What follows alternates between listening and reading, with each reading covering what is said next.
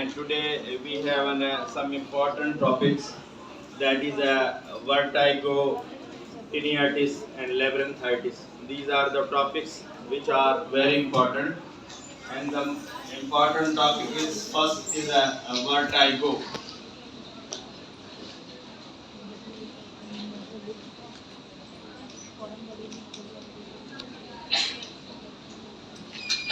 You know vertigo.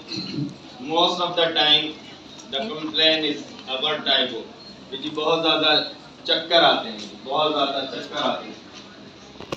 कोई इसको कमज़ोरी के चक्कर बताता है जी, कि कमज़ोरी की वजह से आ गए, मैंने बहुत ज़्यादा एंटीबायोटिक खाई इस वजह से आ गए, या मैंने जो है खाना नहीं खाया इस वजह से आ गए।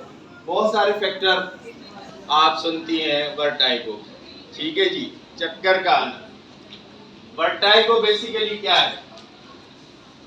एक ऐसा सिम्टम है जो पेशेंट बताता है कि मुझे चक्कर आ रहे, चक्कर आ रहे।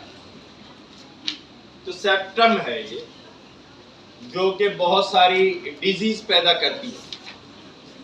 जो डिजीज होती हैं वो पैदा करती हैं सिम्टम्स, वो बता रहा है पेशेंट, जो पेशेंट बता रहा है वो सिम्टम, और जो हम देख रहे हैं वो साइन, ठीक है जी।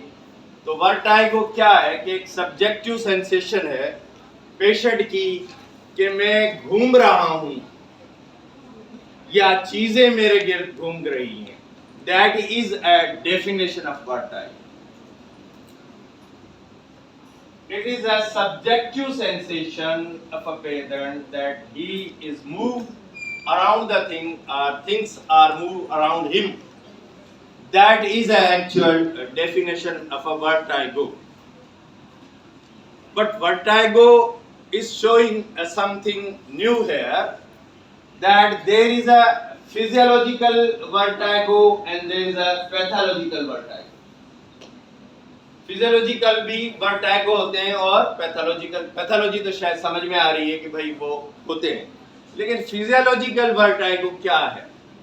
फिजियोलॉजिकल वर्टाइगो ये होता है कि we have an automatic somatic systems that have some stimulant in our body which stimulate the labyrinth, which stimulate physiological the labyrinth that cause the vertigo. For example, आप जो है पहाड़ पे चढ़ गई, पहाड़ पर चढ़ गई बहुत ऊपर 1000 फुट की बुलंदी पर, और नीचे देखा आपने तो चक्कर आने शुरू हो गए।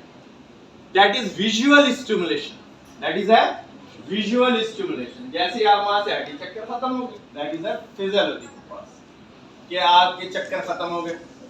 दूसरा चक्कर वो क्या होता है कि जब हम लोग खेलते हैं, किकली खेलते हैं, दोनों हाथों में हाथ मिलाकर घूम के छोड़ते हैं, कोई इस तरफ गिर गया कोई इस तरफ गिर गया, ठीक है। तो ये क्या हुआ?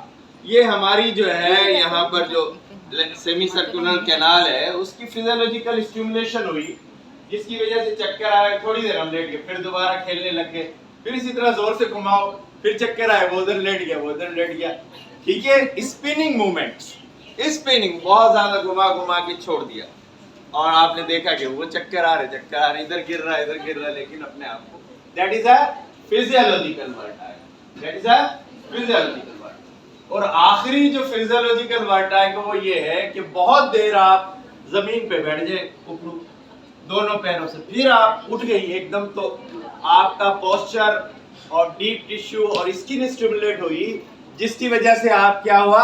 गिर गई, चक्कर आ गया। ये क्या है? Physiological vertigo. क्या है ये? फिजियोलॉजिकल। लेकिन दुनिया में जिंदा रहने के लिए फिजियोलॉजी तो चल जाएगी, पैथोलॉजी नहीं चलेगी। इससे हमारी लाइफ सारी मुतासिर हो जाएगी। सीढ़ियों से रुकना, चक्कर ना आ जाए, तुझे उतारो, ठीक है। कोई चीज है सहारा दे के चलने छोड़ रहे तो चल नहीं रहे, बेड से उठ नहीं रहे, उठ रही है तो फिर गिर रही है, that going to side the pathology. So pathology have a two type of cause, that is a peripheral cause and central cause. Peripheral cause and the central cause. So we have a two cause of pathology. peripheral and central. When there is a central, you go in the brain. Central connection. Central words means there is a trouble in brain side, and periphery there is a different disease which can cause vertigo, and the first one is the labyrinthitis. Labyrinthitis. Labyrinthitis.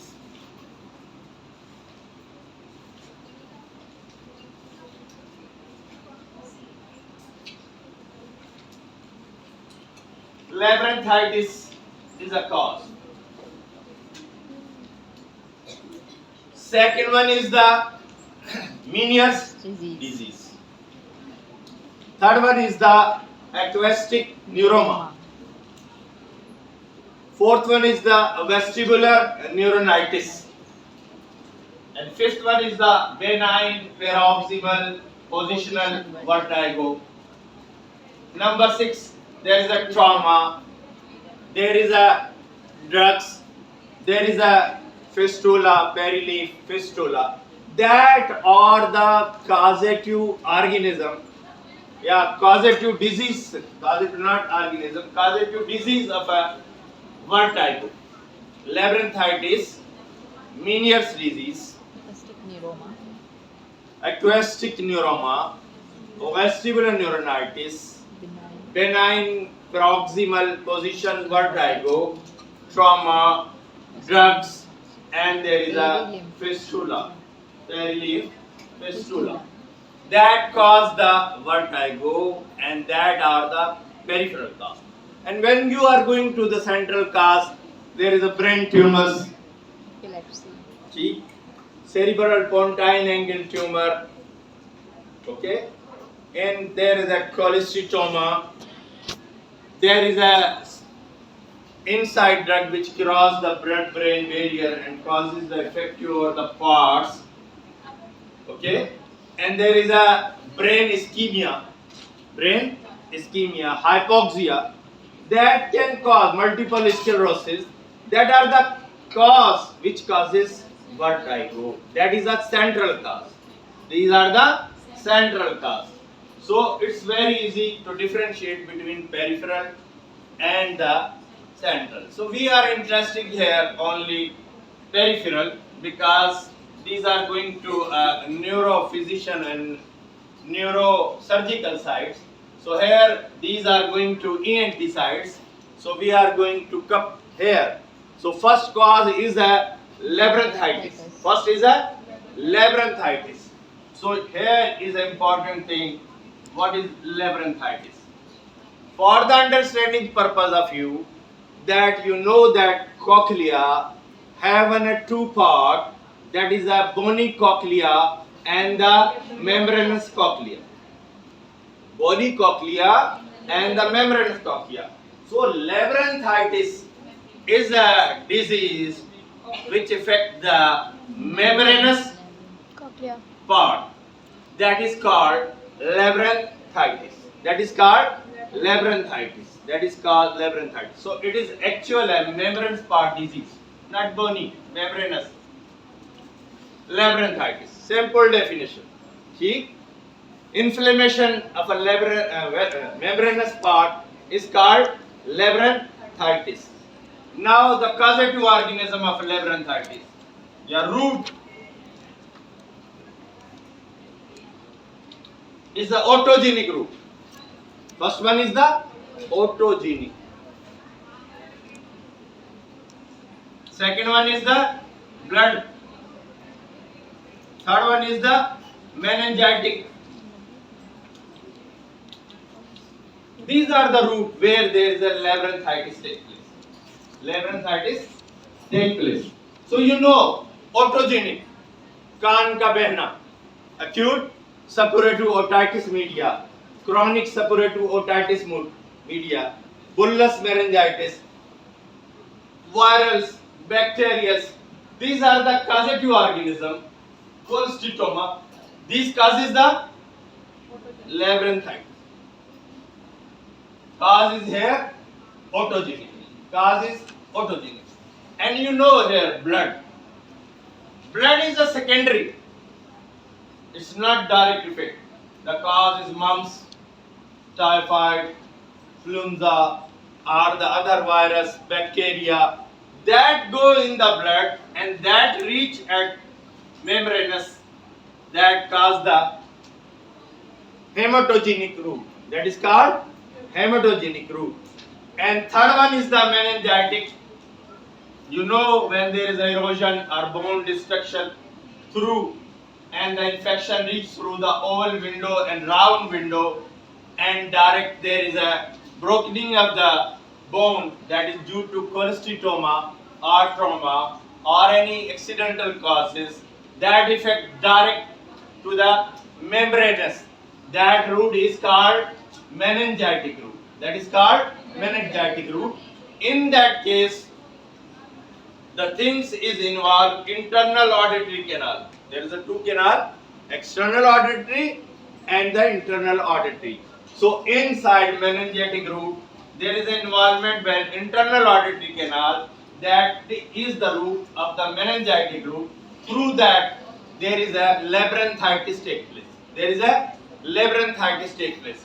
So cause is this: otogenic, hematogenic, and meningitic. The three cause is there, three root is there, but the complaint is same. What is the complaint? There is a nausea, vomiting, okay, nausea, vomiting, and there is a vertigo, okay, nausea, vomiting, vertigo here, and there is a sensory neural deafness. There is not a conductive. There is a sensory neural deafness. Sensory neural deafness, and the sign which are here observed, that is a nystagmus. That is a nystagmus. Nystagmus is nothing. It is an involuntary झरकी movement of the eyeball. Eyeball की हमारी movements है. It is called nystagmus. It is called nystagmus. So here, these are things here, and how we diagnose these cases. These cases we have diagnosed with the help of CT scan, MRI, or certain balance test. Okay. So these are going towards the investigation, and how we manage this case is a very simple management.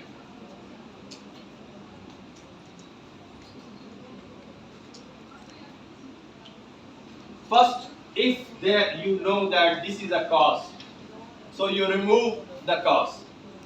The disease is controlled. The disease is controlled. But according to that, if there is a vertigo, so we give the anti-vertiginous drugs. Vertigo को रोकने की जो दवाइयां हैं उसको इस्तेमाल कराएंगे, rest कराएंगे, रीअश्योरेंस देंगे उसको कि ऐसी कोई बात नहीं, आप ठीक हो जाएंगे. तो परेशान होता है ना, मेरी जिंदगी क्या होगा, कैसे मैं सर्विस करूंगा, कैसे मैं काम पे जाऊं, कैसे गाड़ी ड्राइव करूंगा. It's a problem.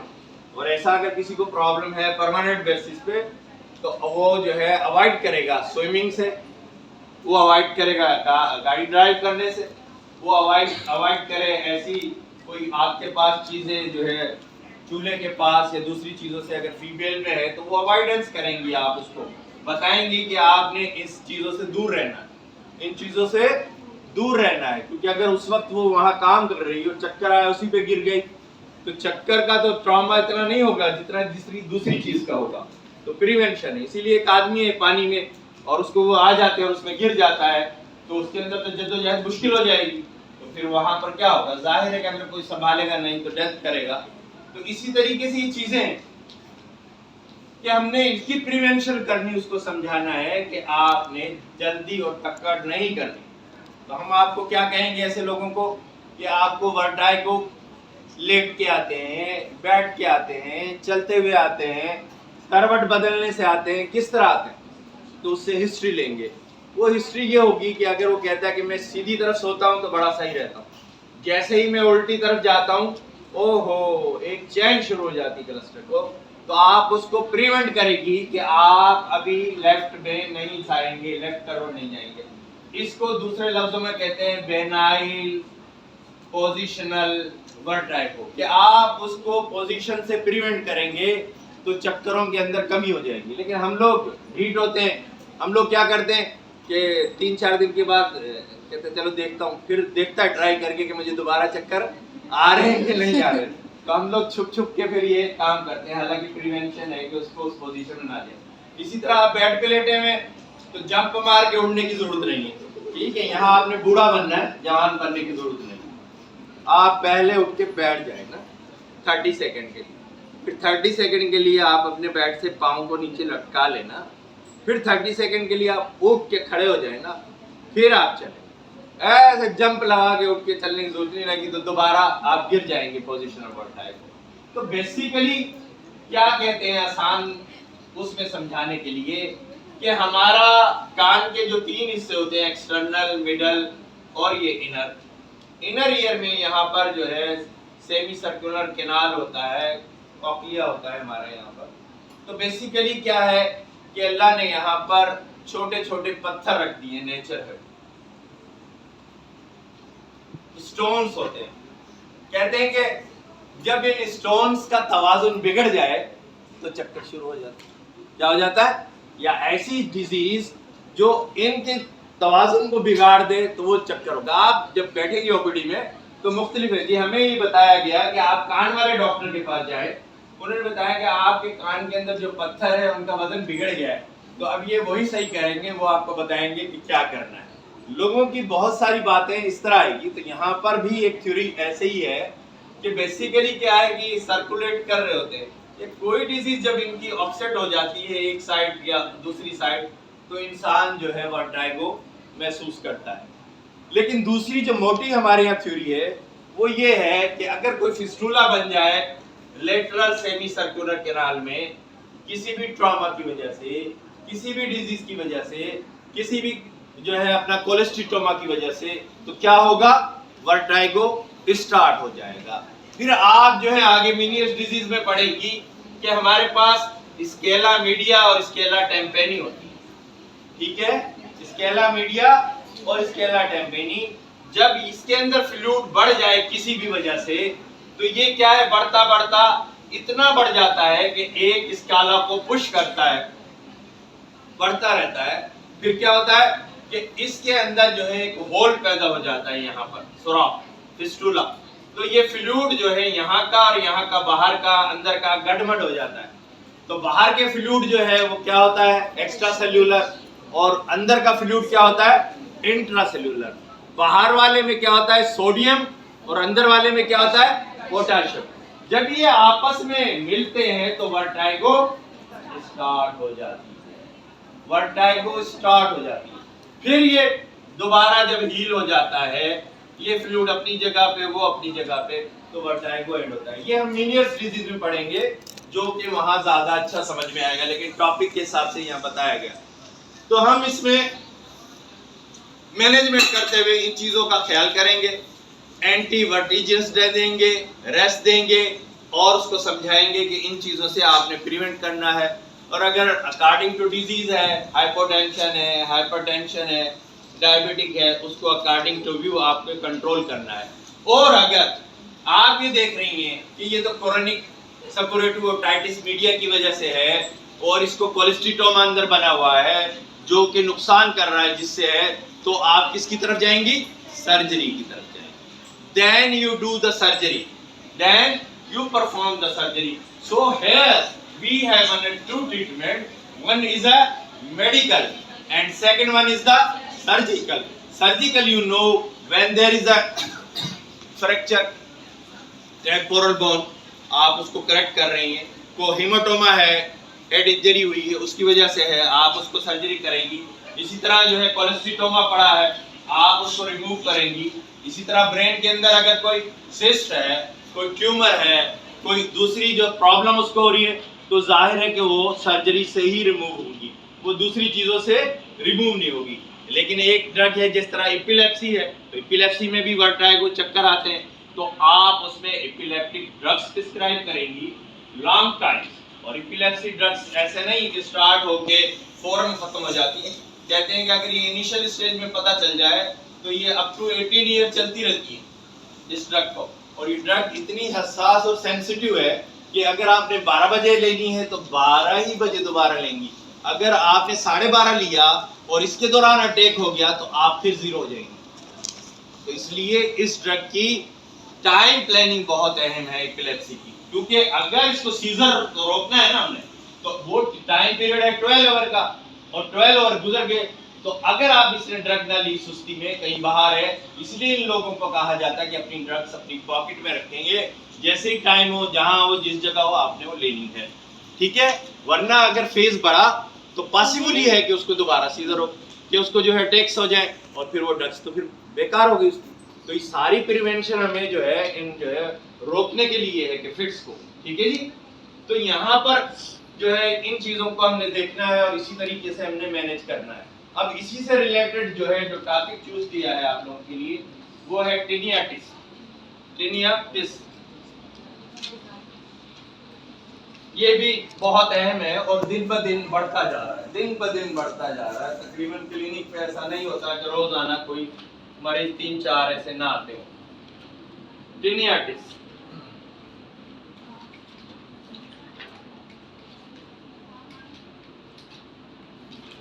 टेनियाटिस the bass is a ringing sound in a ear. If you describe simple, anybody can ask you what is tinnitus. Sir, it is ringing in the ear. आसान उर्दू में सिंधी में समझने के लिए कि कान में घंटियां बजना, कान के अंदर शोर आना, कान के अंदर पक्के का चलना, कान के अंदर मक्खी की तरह भिनभिनाहट होना, कान के अंदर मच्छर की आवाज का आना, कान के अंदर जो है पानी आबशार के गिरने की आवाज आना, कान के अंदर स्विच को बंद करने की आवाज आना, कान के अंदर गाड़ी में जो टायर पंक्चर हो जाता है उसमें जो साउंड आती है इस तरह की साउंड का आना, ये सारी डेफिनेशन है ringing in ear. Ringing in ear और other definition is it is a noisy sound in the ear. Noisy sound in the ear. Noisy sound in the ear. Okay? So these are a problem. किसी problem की वजह से जो है पैदा हो रही है और वो बॉडी के ऑर्गन के अंदर वो चीज है जिसकी वजह से चीज का पैदा होना, उसको कहते हैं हम टिनिटिस, और दूसरे लफ्जों में कहते हैं सब्जेक्टिव टिनिटिस। कि पेशेंट बताएगा कि मुझे आवाज आ रही है, आप नहीं देख रही, ये सब्जेक्टिव है। जी मुझे आवाज आती है, अरे भाई काय की आती है? भाई जी मुझे फुहारे की, पंखा चलने की, जहाज चलने की, रेडियो बजने की, ऐसी कड़क बिजली गरजने की आवाजें आती हैं। That is a subjective tinnitus. Subjective patient बयान करेगा, और एक है ऑब्जेक्टिव टिनिटिस जो डॉक्टर भी सुनेगा। जब मुझे तो आवाज आती है, डॉक्टर ने स्टेथोस्कोप लगाया, हाँ भाई वाकई मुझे भी आ रही है, ये क्या है? ऑब्जेक्टिव टिनिटिस।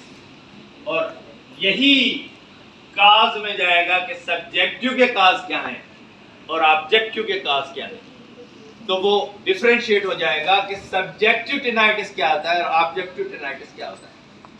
तो ये बहुत अलार्मिंग है।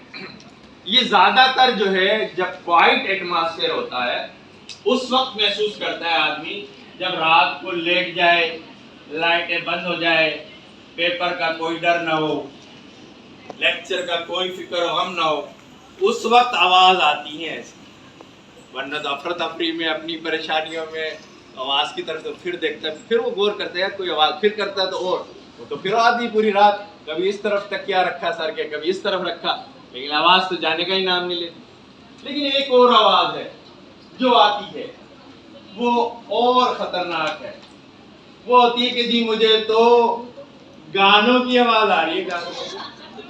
गाने भाई किसके? लता मंगेशकर के गाने आ रहे। ओहो, अरे भाई कौन से, बस बयान नहीं थी, बड़े गाने आते। मैंने बहुत कोशिश की, गाने मैं जो है और किसी के जो है अच्छे सिंगर के जो है गाने जो है वो मेरे कान में आते हैं।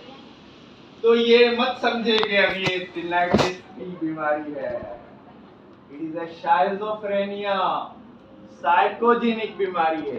ये साइकोजेनिक बीमारी। हमारी टिनाइटिस में गाने नहीं आएंगे कान में। आप हो गई जो है साइकेट्रिक पेशेंट, और शाइज़ोफ्रेनिया इतनी आसानी से ट्रीट नहीं होता।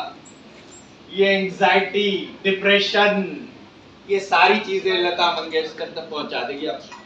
आप लोग गाने सुन सुन के कहेंगे वहां तो सुनते थे, हम यहाँ भी सुन रहे थे। भाई सुनो ना, अभी सारा दिन तो वॉकमैन लगा के सुन रहे थे आप, अब सुने। अब आदमी परेशान, चाहे मेरी जान छुड़ाओ, मुझे माफ कराओ, तो फिर कैसे होगा भाई ये काम?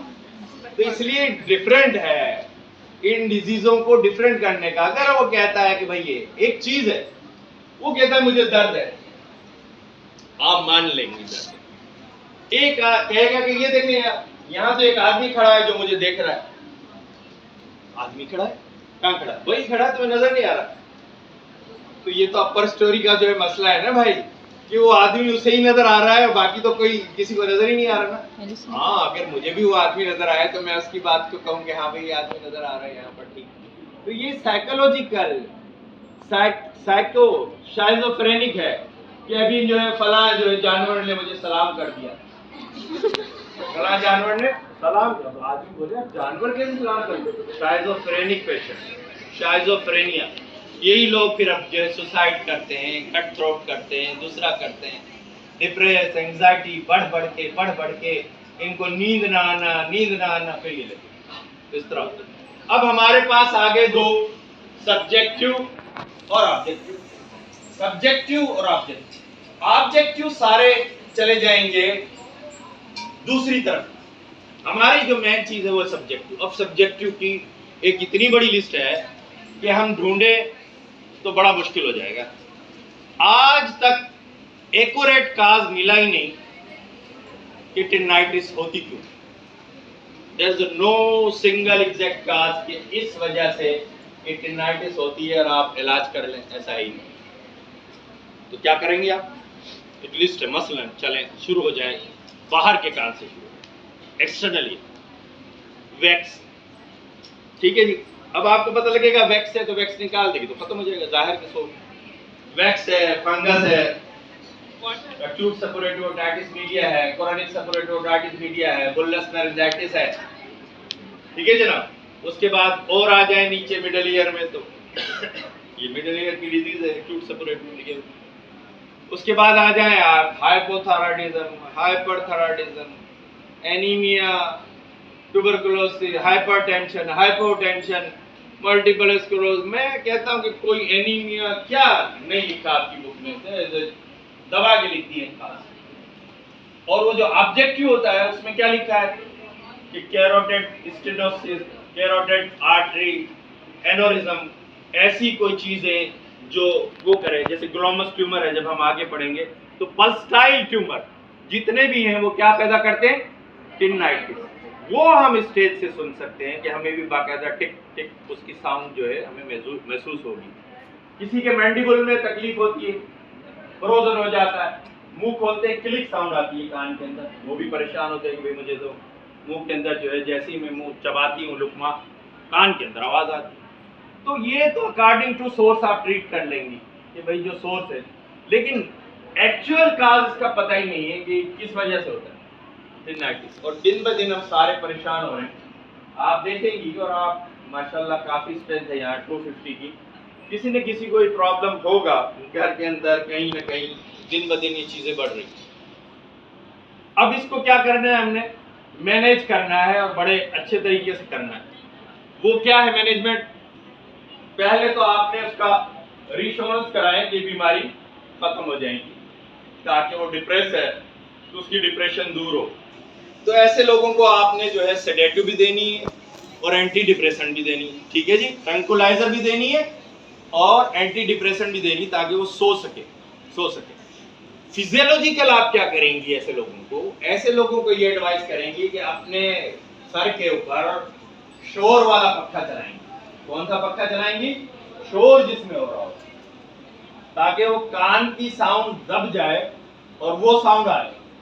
तो इसको इतना बुरा महसूस नहीं होगा और ये अपनी लाइफ गुजारेगा। या ऐसी घड़ी लगाए जो टिक टिक टिक टिक टिक टिक आवाज ज्यादा होती हो, वो लगाए। मतलब हमने शोर वाली डिवाइस लगानी है, शोर वाली घड़ी लगाएं, शोर वाला पक्का लगाएं, पेडेस्टल फैन करीब लगाएं जिसकी आवाज ज्यादा होती है, उसको खामोशी से निकालना है, खामोशी के माहौल से दूर रखना है, खामोशी के माहौल से दूर रखना है। तो ये सारी चीजें हमने उसको करना है। और उसके साथ हमने ट्रंकुलाइजर देनी है, सेडेशन देनी है, रीएश्योरेंस देनी है, शोर वाली डिवाइस एडवाइस करनी है।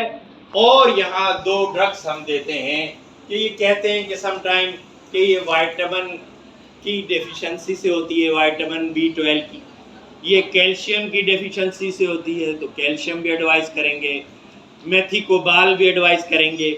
और ये कहते हैं कि ज़्यादा इस्कीमिया की वजह से होता है कि ब्लड फ्लो कम हो जाता है, जिसकी वजह से नर्व में इरिटेशन पैदा होती है और टिनाइटिस शुरू हो जाती है। ख्यालात हैं। तो यहाँ पर आप क्या करेंगी, वेज़ोडायलेटर ड्रग्स देंगी लॉन्ग टाइम, वेज़ोडायलेटर ड्रग्स जो खून के फ्लो को बढ़ाए। मसलन सर्क, मोटा नाम सुना हुआ है आपने, सर्क, ठीक है, वो आप एडवाइस करेंगी 24 mg सुबह शाम 3 मंथ। इसके साथ मेथिकोबाल देंगी, एक सुबह एक शाम 3 मंथ। और बाकी कास्ट को रिमूव करेंगी, ठीक है, सराउंडिंग एटमॉस्फेयर का जायजा लेंगी और जो है अकॉर्डिंग टू वे उसको मैनेज करेंगी। तो उसको ये कहेंगे ये चीज आहिस्ता आहिस्ता जाएगी, सडन नहीं है कि आपको बहुत जल्दी फायदा होगा, ताकि उसका जहन बन जाए कि मैं गया और मुझे फायदा नहीं हुआ। तो उसको कहा कि ये थोड़ा सा आहिस्ता से ट्रीट होती है बीमारी, तो उसको रिश्योरेंस कराएंगे ना, रिश्योरेंस करके फिर हमें करेंगे। और अगर ये किसी सर्जरी की वजह से पैदा हो रहा है और काश कोई ट्यूमर है, कोई दूसरी चीज है, एवी शंट है, तो आप उनकी सर्जरी करेंगी। उस सर्जरी करने से उसको प्रॉब्लम को सॉल्व होगी। और अगर वो चीजें नहीं है तो ये सारा फिनोमिना है टिनाइटिस को ट्रीट करने का, टिनाइटिस को ट्रीट करने का। तो हम इस तरीके से जो है इसको ट्रीट करेंगे तो फिर ये पेशेंट हमारा रिकवर होगा। ऐसे पेशेंटों को याद रखें कि आपने सेडेशन देनी है ताकि वो आराम करे कुछ, क्योंकि रातें बड़ी लंबी लगने लगती है जब नींद ना आए, कहेंगे मेरा ये पार्टनर भी सो रहा है, ये भी सो रहा है, अल्लाह मुझे ही क्यों नहीं आया।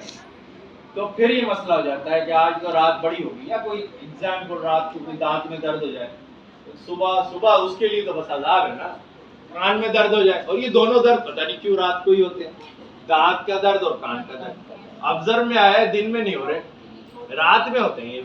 इनकी भी कोई थ्योरी नहीं मिली हमें कि ये रात को ही क्यों होते हैं, लेकिन अक्सर ऑब्जर्व किए कि यार दांत में दर्द हो गया रात को, रात बच्चे के कान में बस रो के उसने बुरा हाल कर दिया, या रात मुझे पता नहीं रात को क्यों होते, रीजन तो कहीं नहीं मिला कि रात को क्यों होते हैं।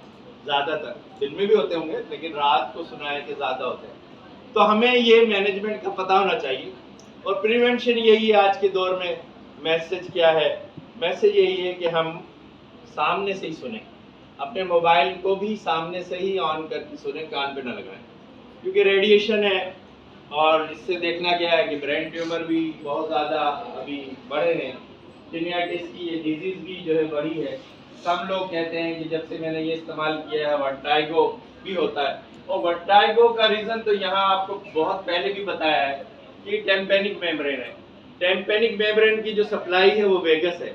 अगर वेगस किसी भी काज की वजह से स्टिमुलेट हो जाए तो चक्कर आ जाते हैं, किसी भी काज, चाहे वो वैक्स हो, चाहे फंगस हो, चाहे कान की सक्शन हो, ठीक है, या वैसे भी आप कर रही हैं अचानक स्टूम, तो चक्कर आ सकते हैं।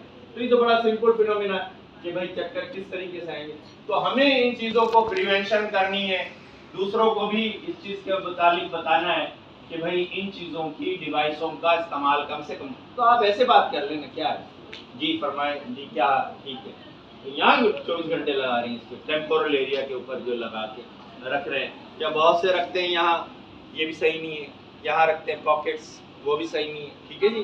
तो कहते हैं कि जब रात को सोने लगे तो आप लोग हैं अपना वाईफाई या जो है उसको ऑफ कर दें, सुबह देख लीजिएगा कोई मैसेज आ जाए, इतना इमरजेंसी वाला नहीं होगा कि सुबह क्लास नहीं हो रही और आप खुशी से बेहाल हो जाए, तो ऐसा कोई मैसेज नहीं होता। तो लिहाजा आपसे आज के इस टॉपिक के हवाले से यही एडवाइस है कि खुद भी आप अपने आप को महफूज रखें और अपने प्यारों को भी इस चीज़ से महफूज रखें। आज के ही हवाले से मिल गई है, वो भी सुन लें, एंटरटेनमेंट। तो देखते हैं क्या है।